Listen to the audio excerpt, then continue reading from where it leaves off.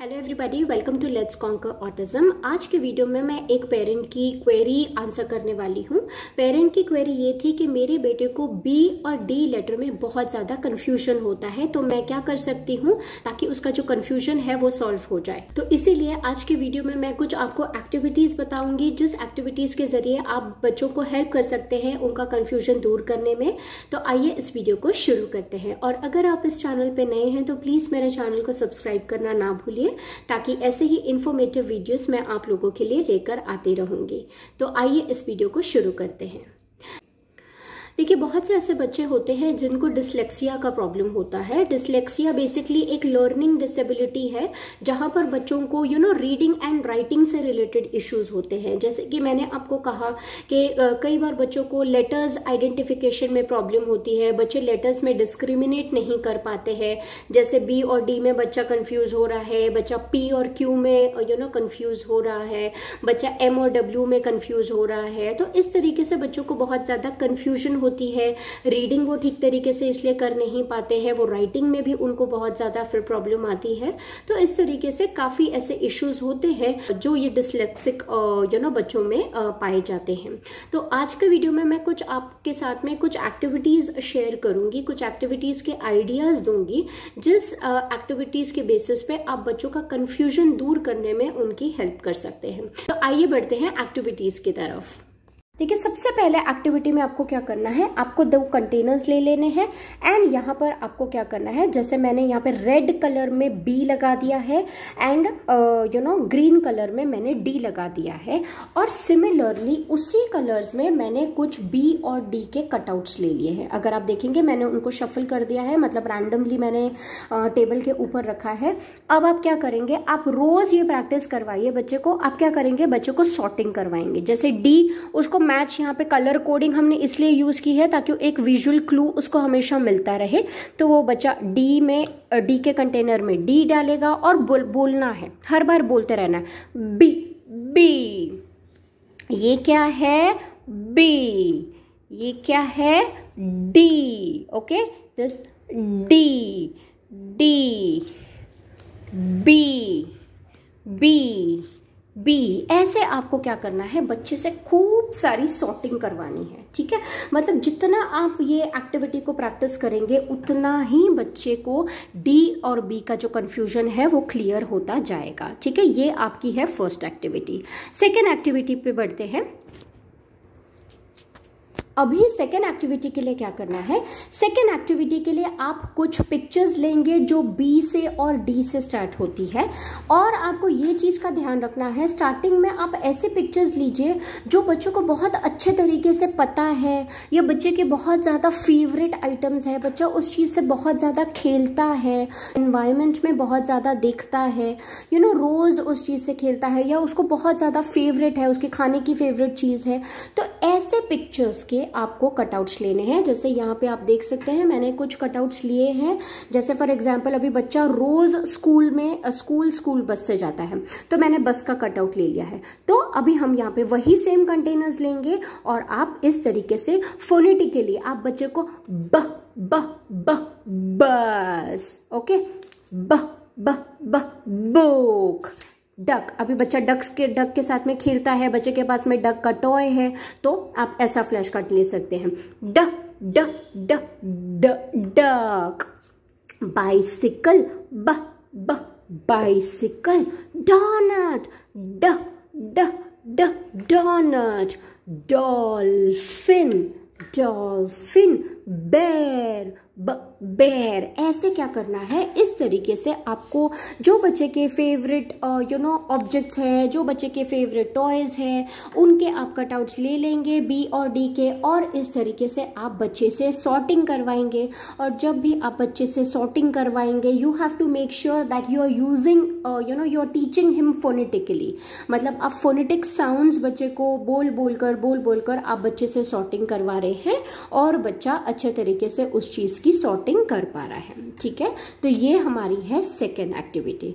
अब हम बढ़ते हैं हमारी थर्ड एक्टिविटी की तरफ। नेक्स्ट एक्टिविटी में आप क्या कर सकते हैं, आप ऐसे बी और डी के बहुत सारे वर्ड्स ले सकते हैं, आप उसको डिफरेंट कलर्स दे सकते हैं। मतलब बी को आपने जैसे मैंने यहाँ पे बी को येलो कलर दे दिया है, सारे जो बी के वर्ड्स हैं उनको मैंने येलो कलर दे दिया है, एंड जो डी के वर्ड्स हैं उनको मैंने ब्लू कलर दे दिया है। और यहाँ पर आप ऐसे स्टिक कर सकते हैं। अगर आप चाहें तो आप इंडिविजुअल वर्ड के साथ हमें पिक्चर भी उसकी लगा सकते हैं, बुक में आप लगा सकते हैं। जैसे बी से आपने बैट लगा दिया, बी से आपने बेयर लगा दिया, डी से आपने डॉल लगा दिया, डी से आपने डेस्क लगा दिया। तो ऐसे आप पिक्चर्स भी लगा सकते हैं। इस तरीके से जैसे आप इमेज में देख रहे हैं उस तरीके से आप पिक्चर्स भी लगा सकते हैं। और अगर आप चाहें तो आप इस तरीके से सिर्फ वर्ड्स भी लगा सकते हैं। एंड रोज बच्चे को उस चीज की रीडिंग करवाएंगे, फोनेटिकली साउंड बोलेंगे और रोज उस बच्चे को प्रैक्टिस करवाएंगे।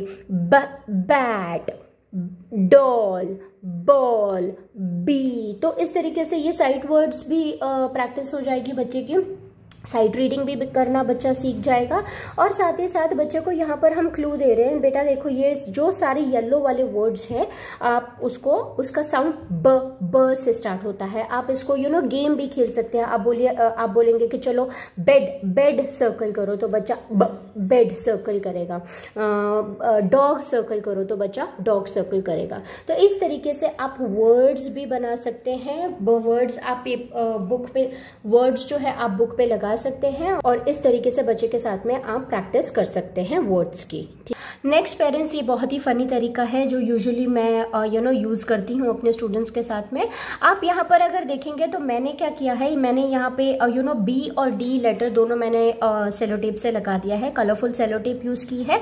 और मैंने यहाँ पे बच्चे को कुछ कीवर्ड मेमोराइज करने के लिए कहा है। मैंने उसको यहाँ पे कुछ कीवर्ड्स बता दिए हैं, कुछ फनी कीवर्ड्स बता दिए हैं। जैसे जो बी है, बी का पॉट बेली होता है। ठीक है, जैसे आप बोल सकते हैं कि हैप्पी बुद्धा का कैसे पॉट बेली होता है, वैसे ही ये जो बी का पॉट बेली होता है सेम एज हैप्पी बुद्धा। मतलब वो जो बी का फॉर्मेशन है वो आगे की तरफ आएगा। ठीक है, ये देखो आप यहाँ पे दिखा सकते हैं, देखो this is B pot belly, see this is bees pot belly। ठीक है, एंड D का आप क्या बोल सकते हैं, see D has a big bum, so this is D's big bum। This is जो यहाँ पे यूजुअली बच्चों को फॉर्मेशन में बहुत ज्यादा कंफ्यूजन होता है।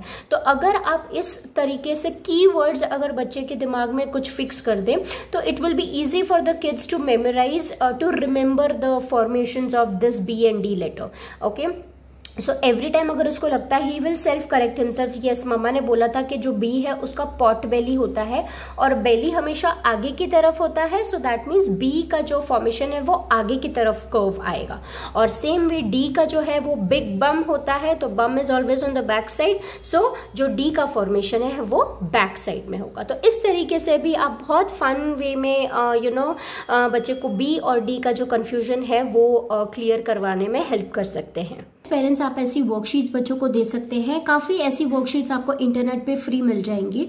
ठीक है, आप उसका डाउनलोड, आप उसका प्रिंट आउट ले सकते हैं और बच्चे को ऐसे प्रैक्टिस के लिए दे सकते हैं। तो यहाँ पर आप देखेंगे कि बी है ये। ठीक है, तो बच्चे को क्या करना है, सारे बीज को हाईलाइट करना है या सर्कल करना है। तो आप एक हाईलाइटर ले लीजिए और बच्चे को बोलिए चलो बी हाईलाइट करिए।